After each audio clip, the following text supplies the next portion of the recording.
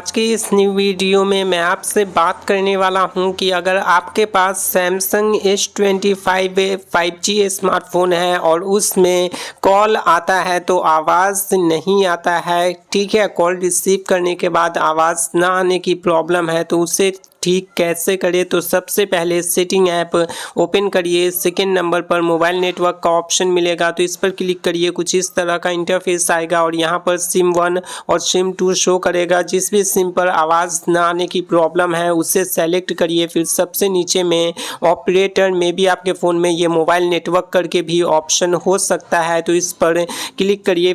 फिर दोस्तों auto select यहाँ पे ऑन मिलेगा तो इसे जो है वो ऑफ करिए। ऑफ करने के बाद ये थोड़े टाइम के लिए सर्चिंग लेगा। उसके बाद कुछ इस तरह का इंटरफेस आ जाएगा और ये हायर नेटवर्क पे ऑटोमेटिकली सेलेक्ट हो जाएगा। वहीं पर ऑटो सेलेक्ट आपने जो ऑफ किया है इसे जो है वो ऑन कर दीजिए। ऑन करने के बाद फ़ोन के पावर बटन को टैप करके होल्ड करिए, रीस्टार्ट और पावर ऑफ का ऑप्शन आएगा तो फ़ोन को स्विच ऑफ करके ऑन करिए। जब फ़ोन ऑन हो जाएगा उसके बाद दोस्तों इनकमिंग कॉल आएगी और आप रिसीव करोगे, बात करोगे तो बेसिकली आवाज़ जो है वो आने लगेगी।